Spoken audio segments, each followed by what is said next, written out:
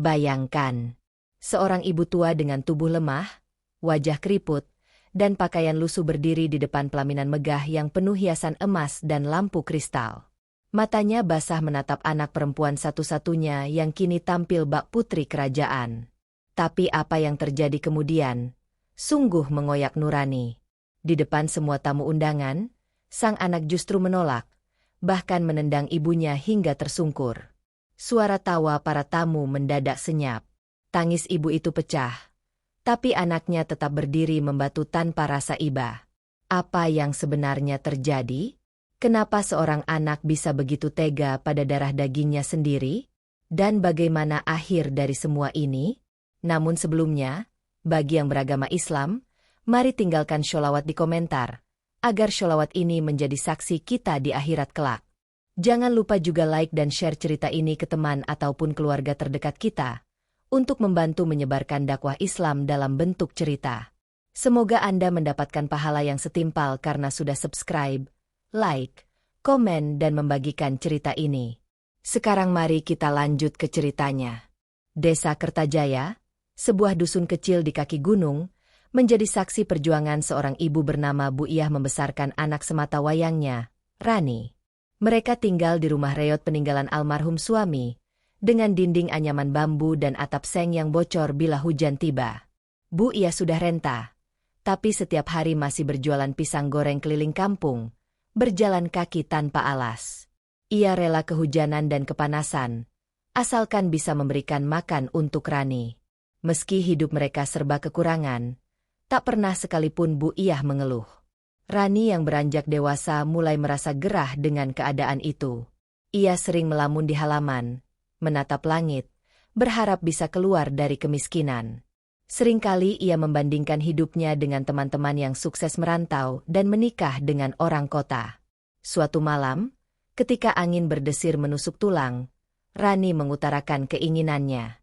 Bu, Rani ingin merantau ke kota. Rani nggak mau hidup miskin terus begini. Bu Iyah terdiam. Sorot matanya berubah sendu. Nak, hidup di kota tidak semudah yang kamu pikir. Di sini memang susah. Tapi ibu masih bisa jagain kamu. Namun Rani tak menggubris. Ia sudah mantap. Esok harinya, ia mengemasi barang-barangnya dan berangkat ke kota, meninggalkan ibunya yang hanya bisa menangis di teras rumah dengan kain lusuh memeluk tubuhnya sendiri. Waktu bergulir. Di kota, Rani berhasil mendapatkan pekerjaan di sebuah perusahaan milik pengusaha besar. Karena parasnya yang cantik dan tutur katanya yang lembut, ia menarik perhatian sang pemilik perusahaan. Bos besar itu, Pak Reza, adalah duda berusia 50-an tahun, kaya raya, dan sangat berpengaruh. Pak Reza mulai memberi perhatian lebih. Hadiah-hadiah mahal, undangan makan malam, dan janji manis terus mengalir. Rani yang sejak dulu mengidamkan hidup mewah, terlena. Dalam waktu singkat, ia menerima lamaran Pak Reza, tanpa sedikit pun memberi kabar kepada ibunya di desa. Sementara itu di kampung, Bu Iyah hidup dalam kesunyian. Hari-harinya diisi dengan menatap jalanan, berharap anaknya pulang membawa kabar. Tapi yang datang bukan Rani, melainkan tetangga yang kebetulan bekerja di kota dan pulang ke desa. Iyah, kamu tahu nggak?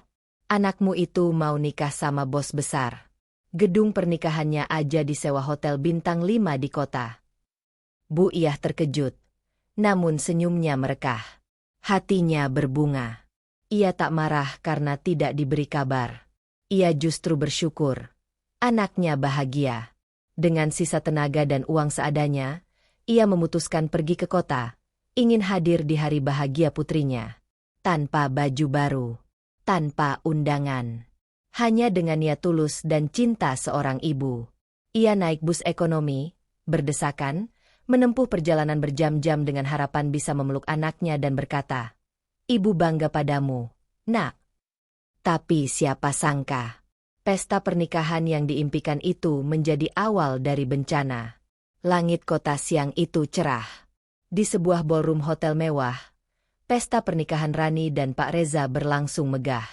Lantunan musik lembut terdengar dari pojok ruangan. Hiasan bunga berjejer indah di sepanjang pelaminan. Tamu-tamu berdandan anggun, mengenakan batik mahal, jas branded, dan gaun-gaun indah. Di tengah kemewahan itu, Rani tampil bak ratu. Gaun putih panjang membalut tubuhnya. Riasan tebal menutupi wajah cantiknya. Senyumannya lebar, tapi kosong. Sebelah tangannya digenggam Pak Reza yang terlihat puas memamerkan istri mudanya kepada rekan-rekan bisnisnya. Semua tampak sempurna. Sampai seorang wanita tua dengan langkah goyah memasuki ruangan pesta. Pakaiannya kumal, kerudungnya lusuh, wajahnya penuh keringat dan lelah.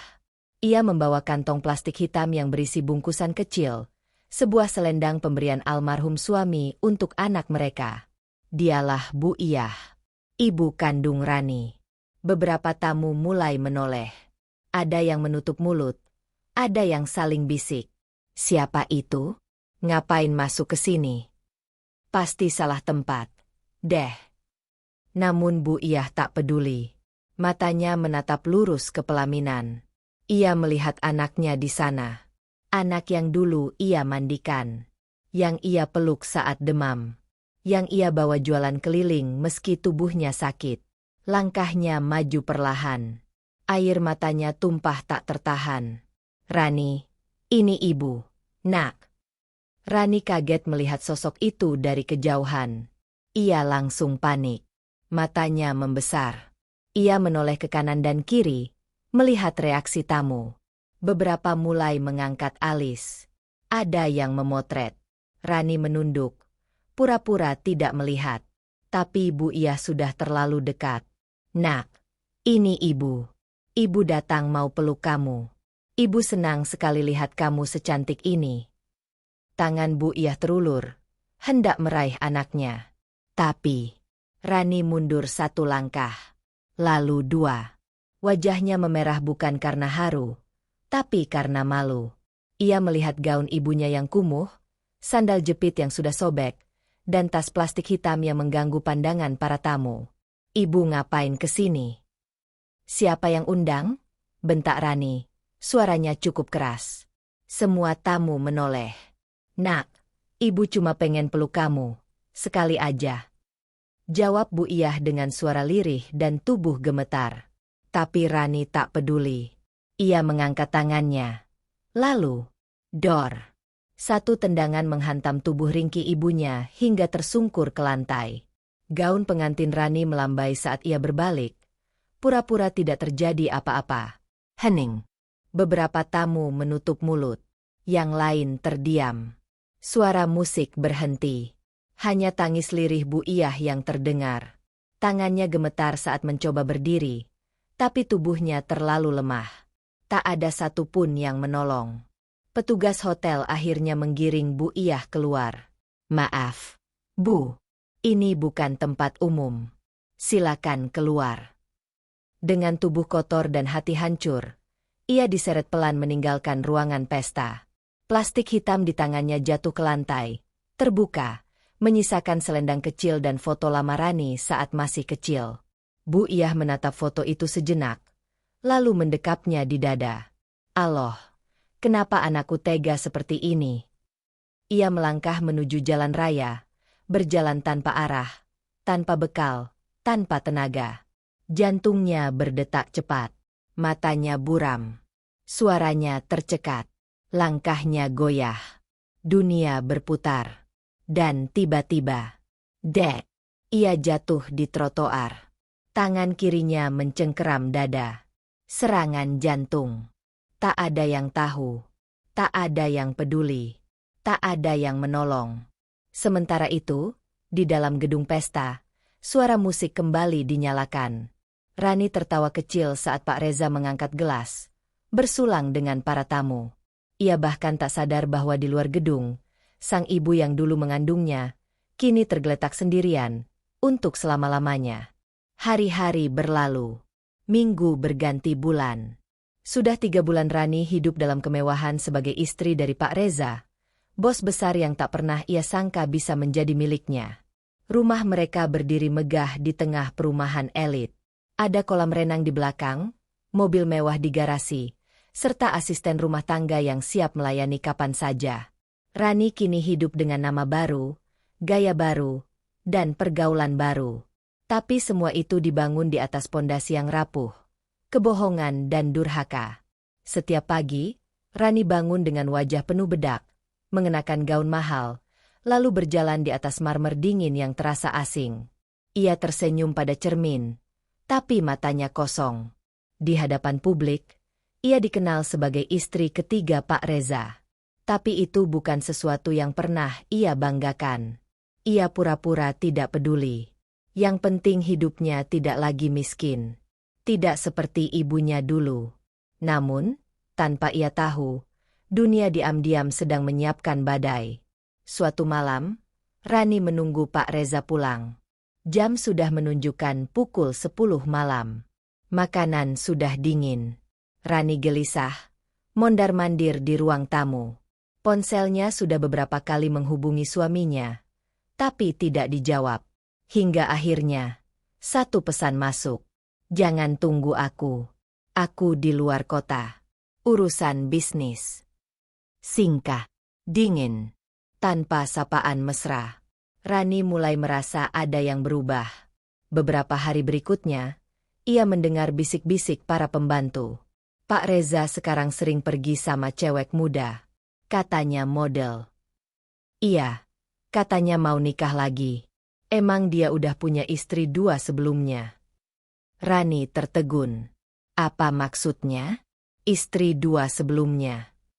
Ia menanyakan langsung pada Pak Reza saat pria itu pulang. Tapi jawaban sang suami justru membuat jantungnya serasa berhenti berdetak. Iya, kamu istri ketiga. Kenapa? Baru tahu sekarang.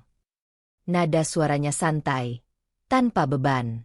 Tapi, kamu janji aku satu-satunya. Seru Rani, air matanya mulai menetes. Pak Reza tertawa sinis. Janji itu untuk wanita yang tahu diri. Kamu ini cuma mainan. Bosan. Ya dibuang. Simple. Rani terduduk. Dunia yang selama ini ia banggakan runtuh dalam sekejap.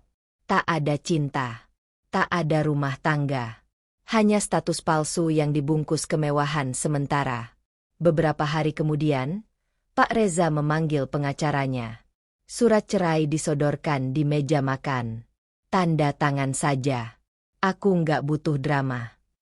Rani menggigil. Air matanya mengalir. Tapi tak ada ruang untuk menolak. Ia hanya bisa menggenggam surat itu dengan tangan gemetar. Setidaknya, kasih aku tempat tinggal, uang sedikit pun cukup untuk hidup. Namun jawaban Pak Reza menghantam lebih keras dari sebelumnya. Keluar sekarang. Kamu nggak berhak dapat apa-apa. Bahkan baju di tubuhmu pun aku yang beli. Rani diusir dari rumah mewah itu malam itu juga. Dengan hanya satu koper kecil, ia berdiri di pinggir jalan, menangis di bawah hujan yang turun pelan. Ia tak punya siapa-siapa. Tak ada tempat untuk pulang.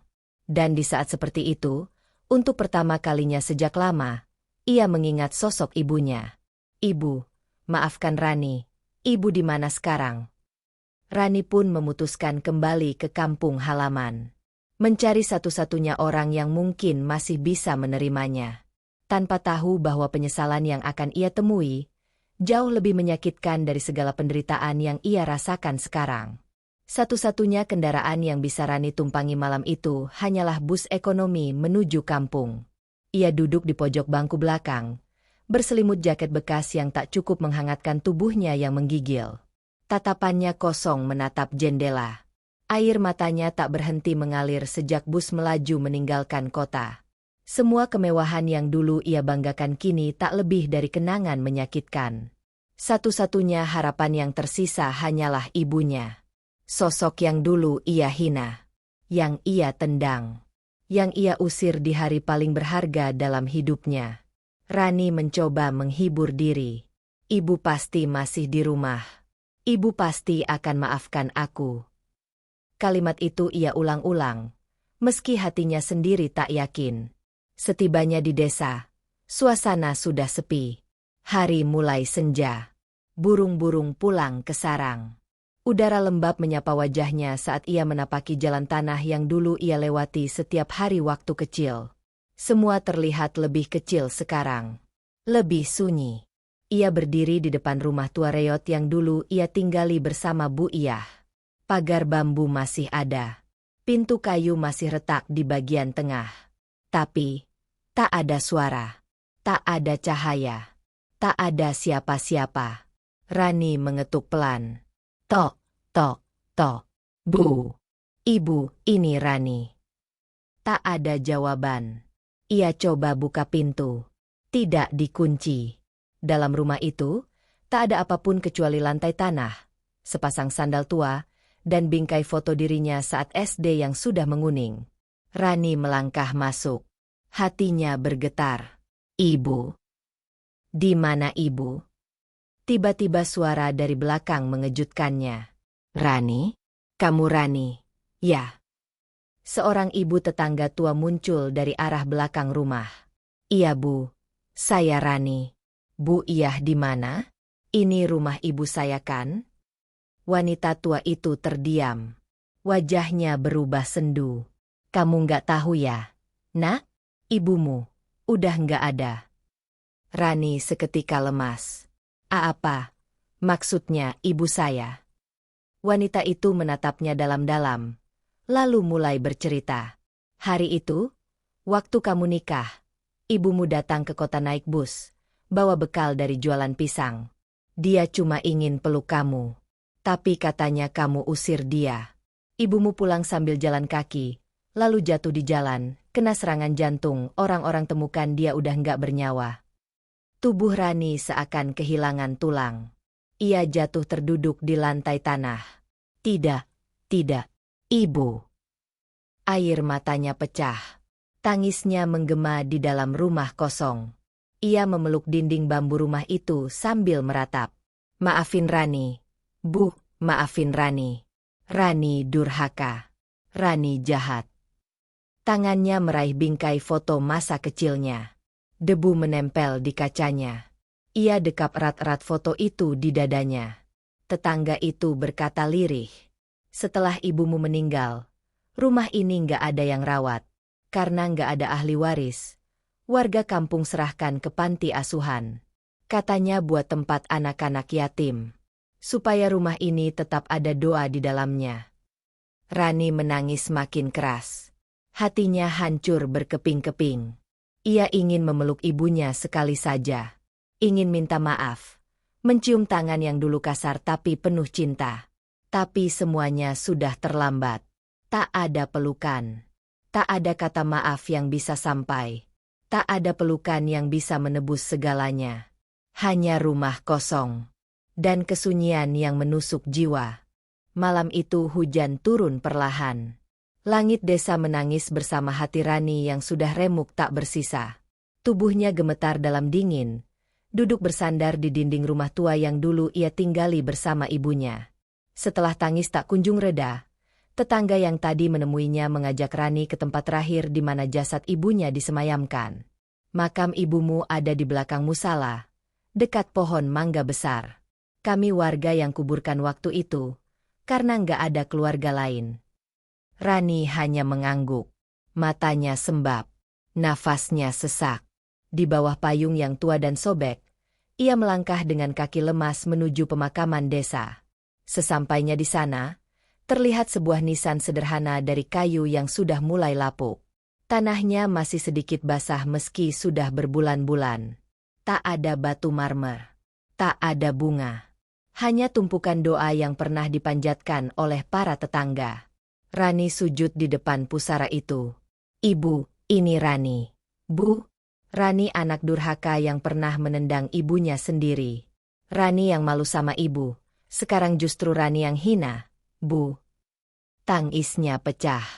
Tubuhnya bergetar hebat. Suaranya parau. Rani mau peluk ibu. Tapi ibu udah nggak ada. Rani mau minta maaf. Tapi ibu udah dibawa pergi sama Allah. Hujan makin deras. Tapi Rani tetap sujud di tanah merah itu. Bajunya basah. Rambutnya lepek. Ia tak peduli. Seolah ingin menyatu dengan tanah yang memeluk ibunya. Rani membenamkan wajahnya ke nisan sambil menangis sejadi-jadinya. Ia mencium tanah itu berkali-kali, berharap ampunan dari seorang ibu yang sudah tak bisa menjawab. Rani rela miskin. Rani rela nggak punya apa-apa, asal bisa lihat wajah ibu sekali lagi.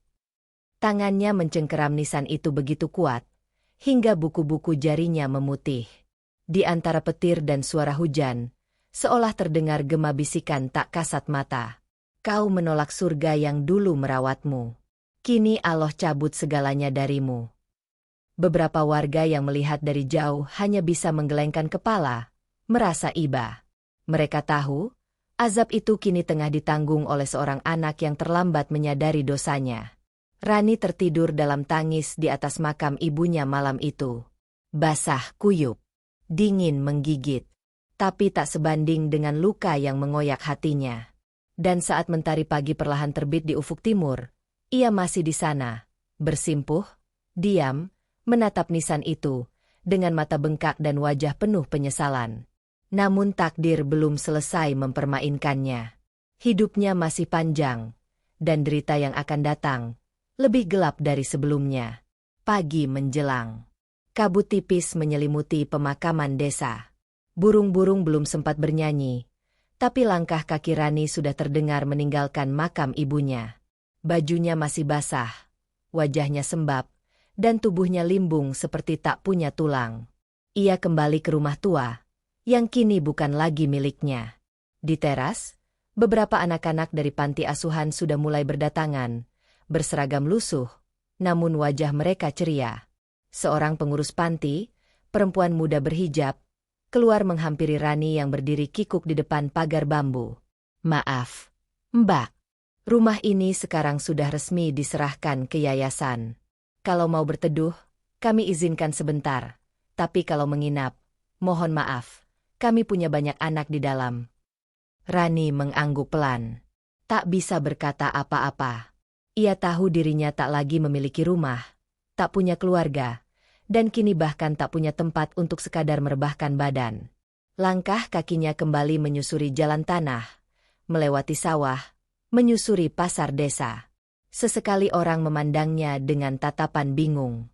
Beberapa mengenal wajahnya, tapi tak satu pun yang menyapanya. Rani singgah di sebuah warung kecil.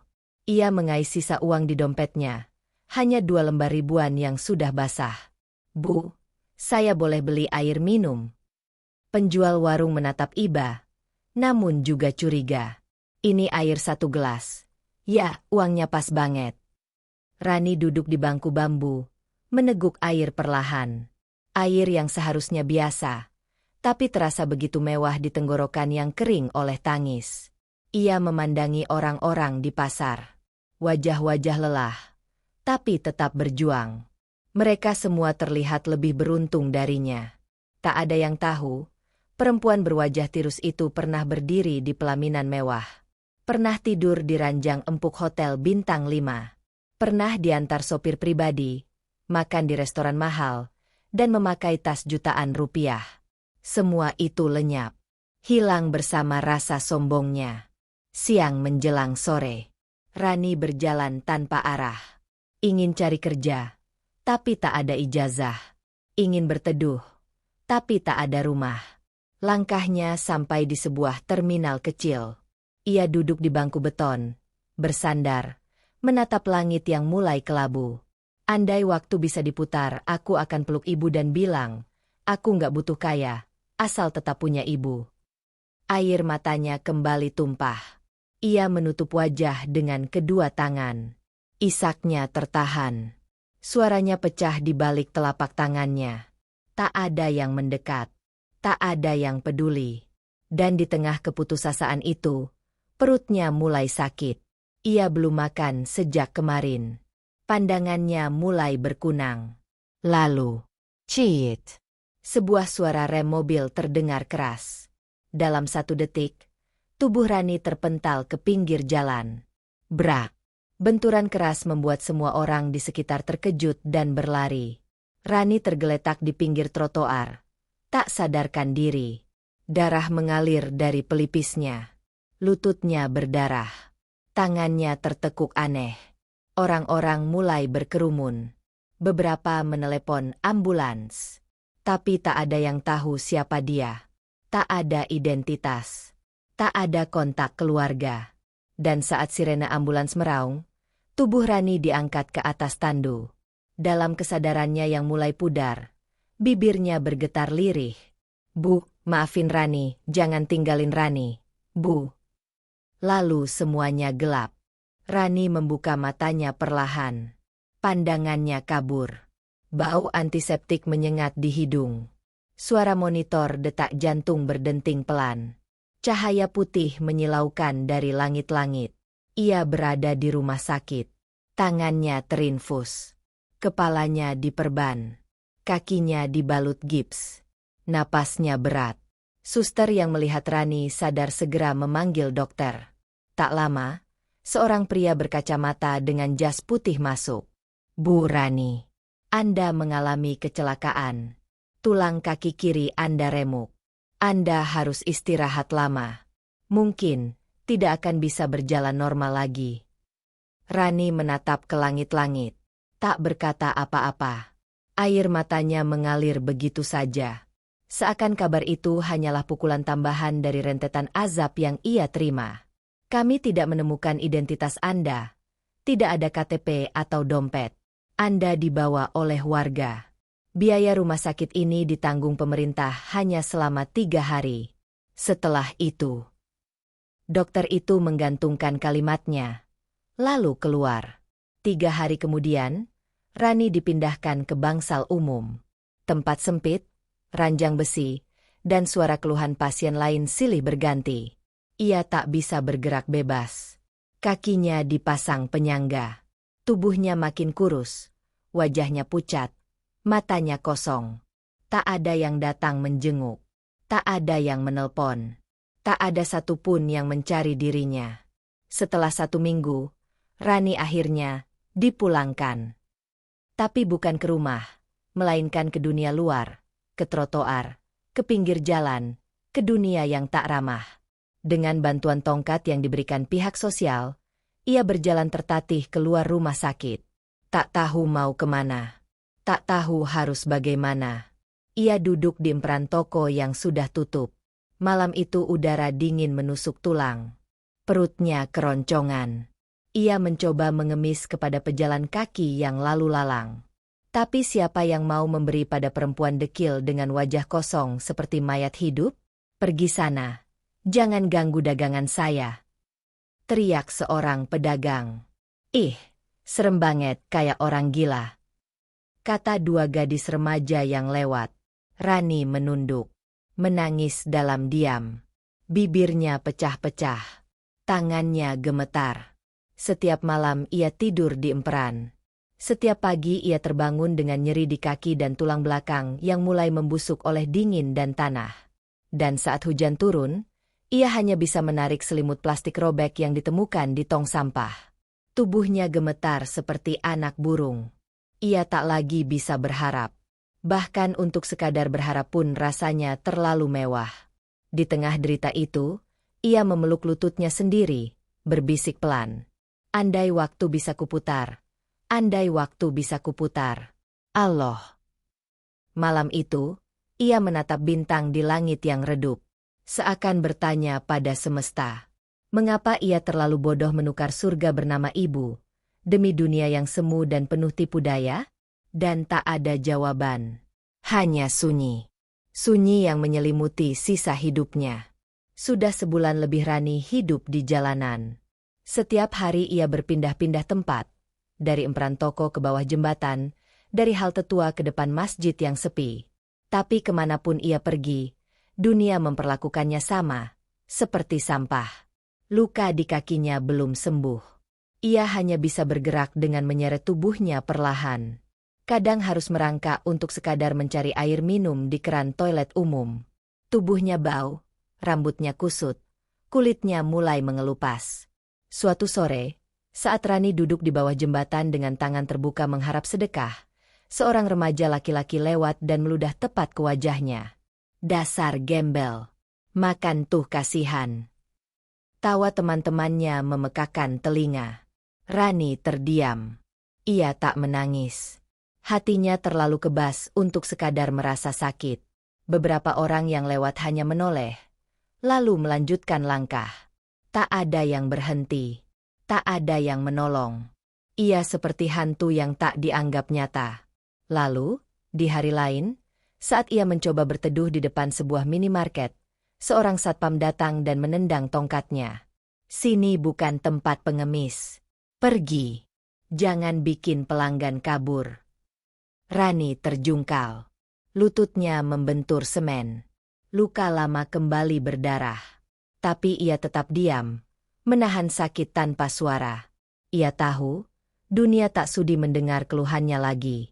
Malam-malam berlalu tanpa selimut. Hanya dingin dan suara kendaraan yang jadi teman. Seringkali perutnya sakit karena tak makan seharian. Ia mengais sisa makanan dari tong sampah, nasi basi, roti kadaluarsa, atau kuah mie instan yang sudah berjamur. Tak ada yang tahu, perempuan lusuh itu dulunya pernah dihormati di pelaminan megah. Pernah disalami tamu-tamu kaya. Pernah berfoto dengan gaun putih panjang dan senyum penuh kebanggaan. Kini, senyum itu hilang. Yang tersisa hanya keriput, luka, dan sepasang mata sayu yang selalu menatap langit, seolah meminta maaf pada Allah dan pada ibu yang tak sempat ia peluk kembali. Di sela rasa lapar dan dingin yang menyiksa, Rani sesekali mengigau dalam tidur. Ibu, jangan pergi dulu. Rani belum sempat bilang Rani sayang ibu. Dan ketika ia terbangun, kenyataan menghantam lebih kejam dari mimpi. Ia masih di emperan. Masih sendiri. Masih hidup. Tapi rasanya sudah mati. Tak ada belas kasihan. Tak ada tangan yang mau menyentuhnya. Tak ada mata yang melihatnya sebagai manusia. Semua sudah pergi. Dunia sudah menghakiminya. Dan Rani tahu, ini bukan sekadar cobaan. Ini adalah balasan. Balasan atas kelancangan seorang anak yang pernah menolak surga, yang bernama ibu. Matahari mulai terbenam. Bayangan bangunan tinggi menjulur panjang menutup cahaya senja. Rani duduk memeluk lututnya di balik tumpukan kardus dekat pasar malam yang baru dibongkar. Bau amis, busuk, dan keringat bercampur dalam satu aroma pengap yang menghantam hidung. Tapi ia sudah tak bisa lagi membedakan semua itu. Hari ini, ia belum makan. Tak ada yang memberi sedekah. Uang receh yang kemarin ia simpan hilang entah kemana. Badannya menggigil. Tangannya gemetar. Suaranya tak sanggup memanggil siapa-siapa. Di sekelilingnya, dunia tetap berjalan. Pedagang sibuk membereskan lapak. Orang-orang bercanda sambil menyeruput kopi. Bocah-bocah berlarian tertawa. Sementara ia, terdiam seperti bayangan yang tak dihiraukan. Rani menarik napas pelan. Tubuhnya makin lemas. Matanya nanar menatap langit yang mulai gelap. Allah, kalau memang ini jalan hidupku, ambil saja nyawaku malam ini. Lirih. Tak terdengar siapapun, kecuali langit yang sepi. Di dekatnya, seekor kucing liar datang mendekat. Binatang itu duduk di sebelah Rani, menggosokkan tubuhnya ke lututnya yang luka. Untuk pertama kalinya, ada makhluk hidup yang mendekat padanya tanpa rasa jijik. Rani menangis lagi. Tangannya yang gemetar mencoba mengelus kepala kucing itu. Dan ia berbisik, "Kamu lebih tulus dari semua manusia yang pernah aku kenal." Hujan turun tiba-tiba. Deras. Tanpa peringatan. Kardus-kardus yang ia gunakan sebagai alas basah dalam hitungan detik. Rani berusaha menyeret tubuhnya mencari tempat berteduh. Tapi kakinya lumpuh. Ia merangkak dengan sisa tenaga. Beberapa orang yang lewat justru menghindar. Takut kotor. Takut terlibat. Kasihan sih. Tapi jangan sampai nular penyakit. Udah parah banget tuh, pasti ada dosanya tuh orang. Kata-kata itu menusuk lebih tajam dari pisau. Tapi Rani sudah tak sanggup menjawab. Yang ia tahu, tubuhnya sudah terlalu lelah. Di bawah jembatan beton, ia akhirnya menemukan sedikit ruang untuk berteduh. Air menggenang di sekitarnya. Tikus-tikus berlarian. Tapi ia tetap di sana. bersandar pada tiang jembatan yang dingin dan basah. Dan malam itu, dalam dingin dan sakit yang makin menusuk, Rani berbicara dengan Allah, untuk pertama kalinya sejak lama. Ya Allah, aku nggak minta kaya, aku nggak minta sehat, aku cuma minta, kalau aku mati nanti, izinkan aku bertemu ibu. Air matanya mengalir. Mulutnya bergetar membaca istighfar berkali-kali. Astagfirullah, astagfirullah, astagfirullah. Namun ia tahu, tak semua doa bisa menghapus dosa. Tak semua istighfar bisa mengobati luka yang pernah ia torehkan di hati ibunya sendiri. Dan malam itu, ia tertidur dalam kondisi basah kuyup, tanpa harapan, tanpa masa depan, hanya ditemani sisa-sisa doa yang datang terlambat. Pagi datang tanpa cahaya hangat. Langit mendung, angin berhembus dingin menusuk tulang. Di bawah jembatan yang lembab dan gelap, tubuh Rani terbaring kaku. Bibirnya pucat, nafasnya pendek-pendek, matanya tak sanggup terbuka penuh. Ia menggigil. Demam tinggi membakar tubuhnya. Luka di kakinya yang belum sembuh kini mulai membiru dan bernanah. Bau busuk menyengat dari kulit yang membusuk diam-diam. Tapi tak ada yang tahu. Tak ada yang peduli. Seorang pedagang yang biasa melintas di pagi hari sempat menoleh. Masih hidup tuh orang? Kok enggak pindah-pindah dari kemarin? Tapi setelah itu ia berlalu. Sama seperti yang lain. Di sudut pikiran Rani, kenangan-kenangan masa kecil mulai bermunculan. Waktu kecil, ibunya sering mendekapnya saat hujan deras membasahi rumah. Tenang, nak, ibu selalu ada di sini. Saat Rani menangis karena ejekan teman sekolah, ibunya memeluknya sambil berkata, "Jangan dengar omongan orang. Ibu percaya kamu kuat." Kenangan itu menghantam keras, mengaduk perasaan yang sudah lama beku. "Ibu, kenapa aku tega sama ibu dulu?" Suara Rani nyaris tak terdengar. Ia bicara pada udara, pada langit, pada dirinya sendiri. Beberapa anak jalanan lewat membawa kantong plastik berisi makanan. Satu dari mereka berhenti sejenak, lalu mendekat. "Mbak, lapar enggak?" Anak itu menyodorkan sepotong roti sobek. Rani menatap roti itu dengan mata berair. Tangannya gemetar saat mencoba menggapai, tapi tak sanggup. Anak itu langsung menyuapkannya perlahan ke mulutnya. "Mbak, ini kenapa? Kok luka-luka semua?" Rani menggeleng lemah. Tak ingin menjawab. Ia hanya menatap wajah bocah itu, mengingatkannya pada masa saat ia seumuran anak itu, dan selalu digendong ibunya kemana-mana. "Terima kasih, Dik," bisiknya pelan. Anak itu hanya mengangguk dan lari pergi. Sore mulai turun. Tubuh Rani makin dingin. Tangannya mulai membiru. Ia tahu, waktunya tidak lama lagi. Tapi justru di ujung ajal, ia merasa lebih dekat pada Allah daripada selama hidupnya. Ia meraba dada, berusaha mengepalkan tangannya, dan membaca, "La ilaha illallah, Muhammadur Rasulullah."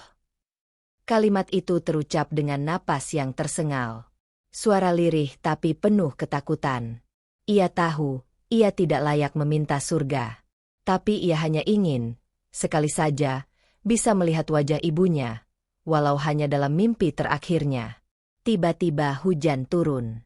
Langit pecah. Petir menyambar. Jalanan sepi. Suara air bergemuruh di selokan. Dan di bawah jembatan itu, tubuh Rani mulai tak bergerak. Matanya menatap ke atas, tapi sudah tak berkedip. Tangannya tergenggam. Bibirnya kaku. Hanya satu senyum kecil yang terlihat samar, seakan ia baru saja melihat ibunya datang menyambut. Namun, apakah ini akhir dari penderitaan Rani? Ataukah justru baru awal dari pertanggungjawaban panjang atas dosa besar durhaka pada ibu? Hujan belum reda. Malam kembali turun, menyelimuti kota dengan dingin dan kesepian. Di bawah jembatan itu, tubuh Rani masih tergeletak, basah kuyup, kaku, membiru. Tak ada yang menyadari bahwa nyawanya perlahan-lahan meninggalkan raga. Namun Allah belum mengizinkannya pergi. Sekelompok relawan dari komunitas sosial malam itu sedang melakukan patroli pembagian makanan untuk tunawisma. Mereka berjalan menyusuri jalanan, membawa termos besar, selimut, dan nasi bungkus. Salah satu dari mereka berhenti, menunjuk ke arah gelap di bawah jembatan. Itu, ada orang. Coba senterin. Sinar senter menyorot tubuh Rani yang tak bergerak. Wajahnya pucat. Nafasnya hampir tak terlihat. Tapi masih ada. Sedikit. Cepat. Hubungi ambulans. Dia masih hidup. Dengan sigap mereka membungkus tubuhnya dengan selimut. Satu orang menahan tangannya. Yang lain mengelap wajahnya yang dingin. Mbak, dengar saya. Tahan ya, kami akan bantu. Rani tak sanggup membuka mata. Tapi setetes air mata mengalir di pipinya. Tubuhnya diselamatkan. Tapi jiwanya masih terpenjara di dalam penyesalan panjang. Beberapa menit kemudian, ambulans datang dan membawanya ke rumah sakit. Kali ini rumah sakit yang lebih kecil, milik pemerintah. Tak ada ruangan VIP. Hanya bangsal penuh pasien tak dikenal. Rani dirawat di sana dengan status, tanpa identitas. Tim medis menulis namanya sebagai perempuan tak dikenal korban jalanan. Tak ada KTP, tak ada nomor keluarga, tak ada alamat. Dokter yang merawatnya menggeleng pelan saat melihat hasil pemeriksaan. Dia kena infeksi berat. Kakinya nyaris membusuk. Tubuhnya kurang nutrisi. Jiwanya hancur total. Hari-hari berikutnya, Rani terbaring lemah. Ia sudah tak sanggup bicara. Hanya sesekali melirik langit-langit dan menangis pelan. Dalam mimpinya, ia terus melihat wajah ibunya, tersenyum, lalu membalik badan dan berjalan pergi. Bu, tunggu, jangan tinggalin Rani. Tiap pagi, seorang suster membersihkan lukanya dengan pelan. Tapi luka di hatinya tak bisa dijahit dengan perban. Suster itu hanya bisa terdiam saat mendengar Rani mengigau dalam tidurnya, menyebut satu nama yang sama berulang-ulang. Ibu, ibu, ibu. Di sisi lain, berita tentang seorang wanita lumpuh dan tak dikenal yang ditemukan sekarat di bawah jembatan mulai menyebar di media sosial.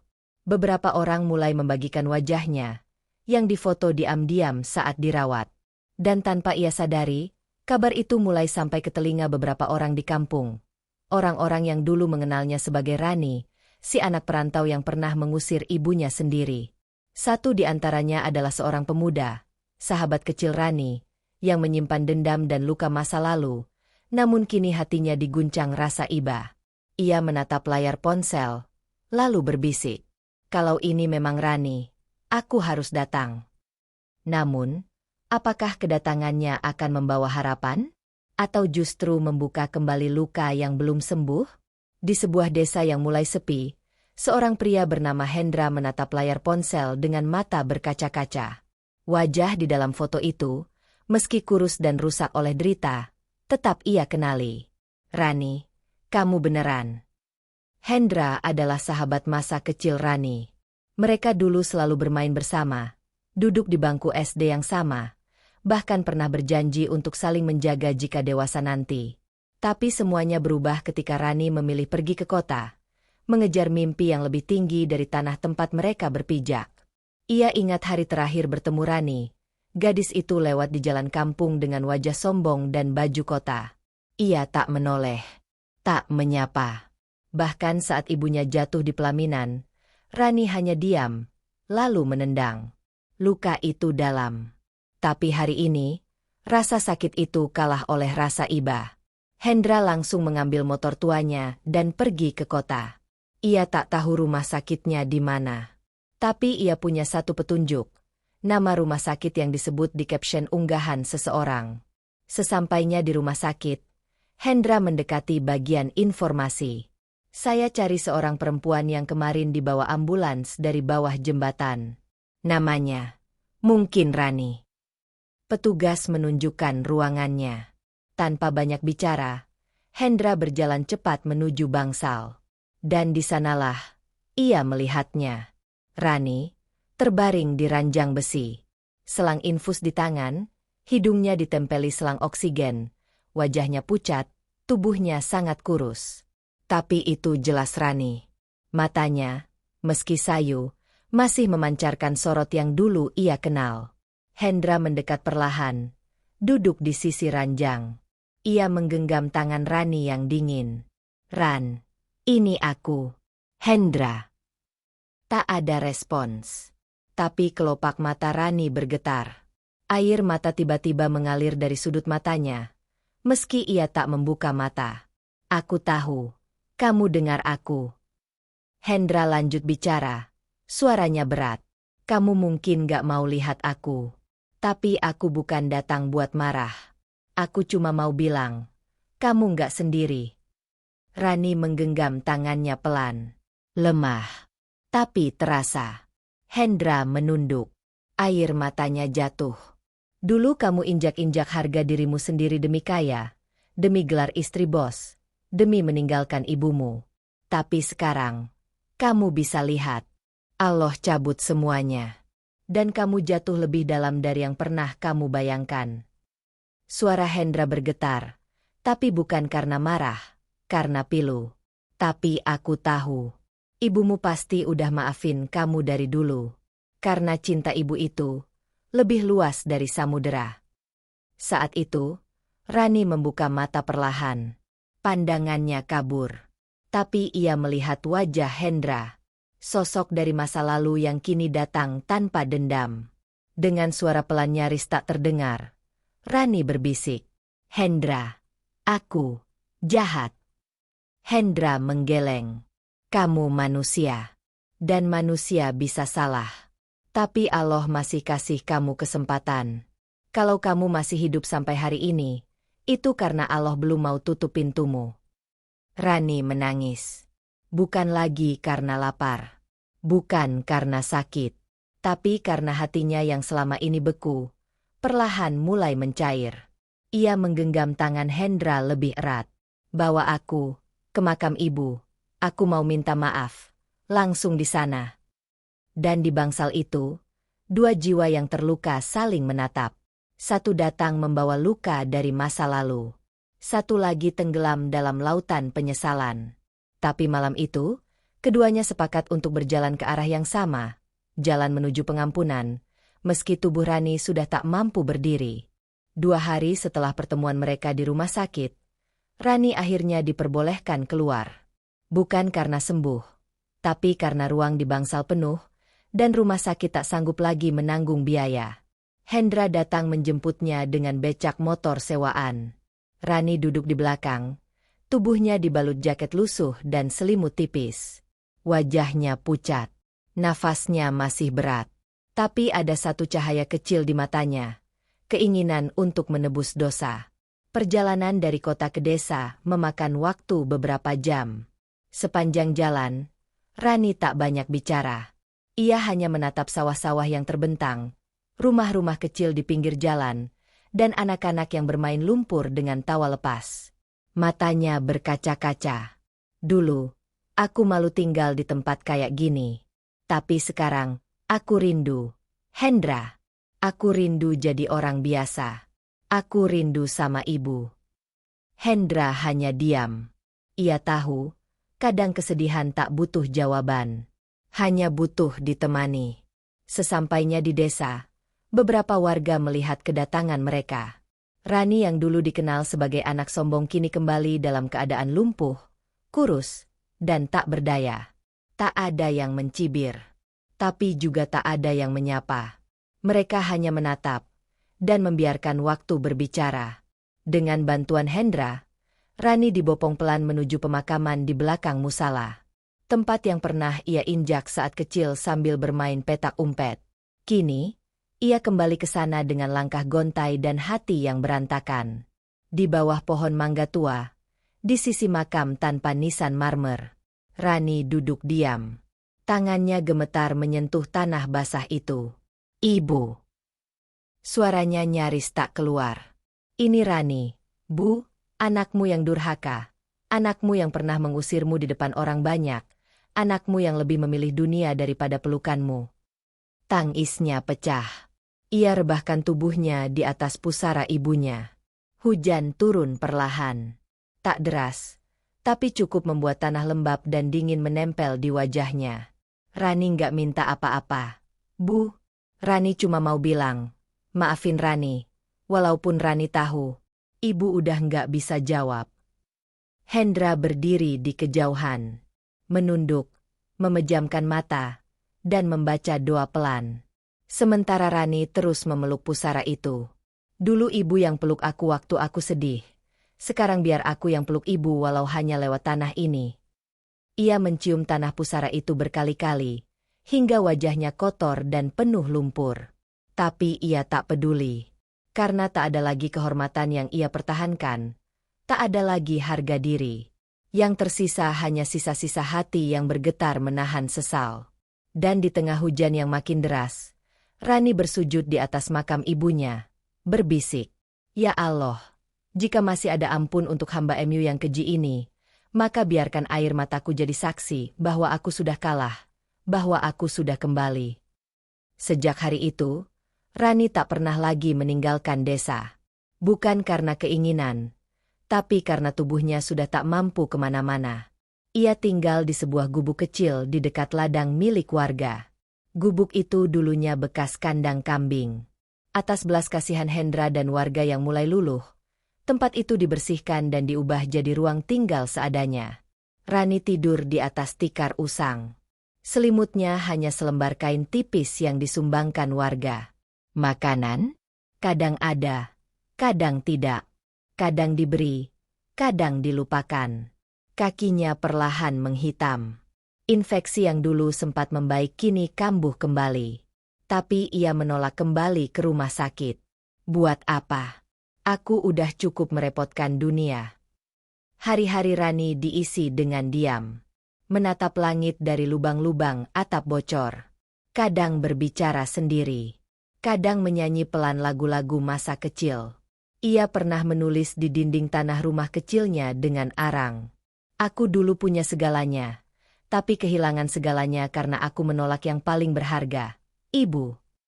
Setiap malam, ia membaca istighfar berkali-kali. Tangan kurusnya memegang tasbih lusuh dari plastik murahan. Bibirnya komat-kamit memohon ampun. Tapi ia tahu, dunia tak mudah melupakan. Sekali ia keluar dan duduk di depan gubuk. Dua bocah kecil lewat dan berkata pelan, "Itu ya, yang katanya ngusir ibunya sendiri waktu nikah sama bos kaya." Rani hanya tersenyum. Tak marah.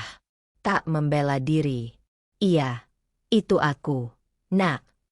Rasa sakit sudah menjadi sahabatnya. Tak ada yang bisa menyakitinya lebih dari apa yang sudah ia terima dari Allah. Azab itu bukan petir. Bukan gempa, tapi hidup panjang, yang diisi dengan penyesalan, yang tak bisa diperbaiki.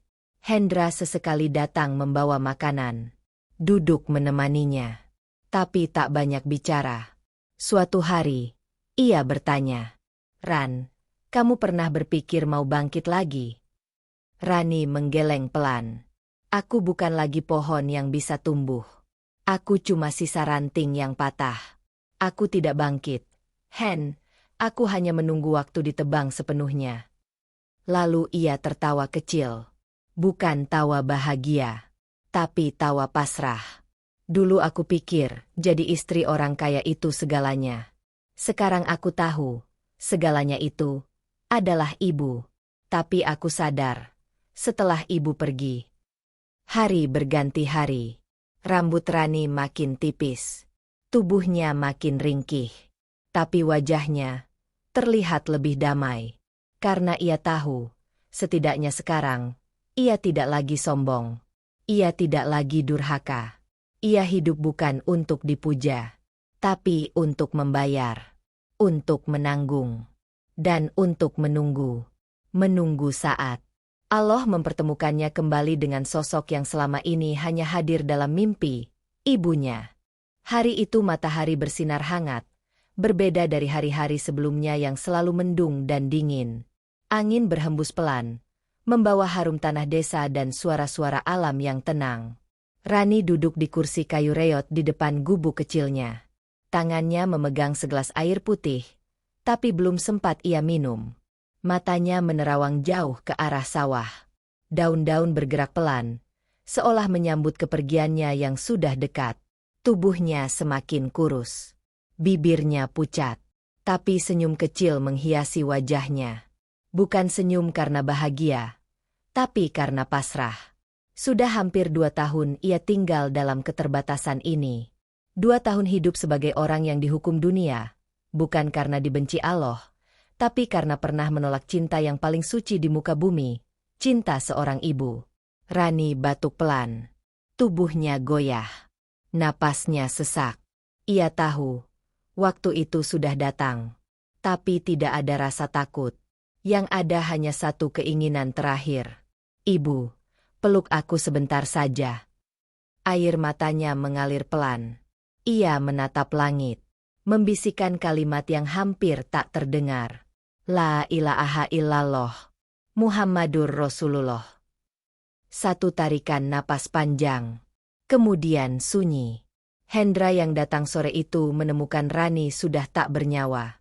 Ia duduk tenang, masih di kursi itu, dengan wajah damai dan senyum yang tak biasa. Di pangkuannya, sehelai kain lusuh, selendang milik ibunya yang dulu dibawa ke pesta pernikahan. Entah dari mana ia mendapatkannya kembali. Hendra menangis. Tapi ia tahu, Rani sudah selesai dengan dunia. Ia telah membayar lunas, dengan luka, dengan tangis, dengan cacian, dan dengan sepi yang menyiksa setiap hari. Jenazah Rani dimakamkan di sisi pusara ibunya. Beberapa warga ikut mengantar. Tak ada upacara megah. Tak ada karangan bunga. Hanya tanah desa yang memeluk tubuh renta itu, dan doa-doa lirih dari hati yang tersentuh. Malam itu, langit cerah. Bintang-bintang bersinar lembut. Angin meniup pelan dedaunan, seolah membisikkan sesuatu dari langit. Barang siapa yang menyakiti ibunya, maka ia akan berjalan dalam hidup yang gelap. Tapi barang siapa yang menangis karena penyesalan, maka Allah akan tetap melihatnya, walau dengan mata yang basah. Dan kami perintahkan kepada manusia supaya berbuat baik kepada 2 orang ibu bapaknya. Ibunya telah mengandungnya dalam keadaan lemah yang bertambah-tambah, dan menyapihnya dalam 2 tahun. Bersyukurlah kepadaku dan kepada 2 orang ibu bapakmu, hanya kepadakulah kembalimu. Quran Surat Luqman 14. Cerita ini diangkat dari kisah fiktif yang mengandung pesan moral. Jika ada kesamaan nama, tempat, atau peristiwa, itu hanyalah kebetulan semata. Terima kasih telah mengikuti kisah ini sampai akhir. Semoga cerita ini menjadi pelajaran untuk kita semua, bahwa surga itu tak pernah jauh, karena ia ada di bawah telapak kaki ibu.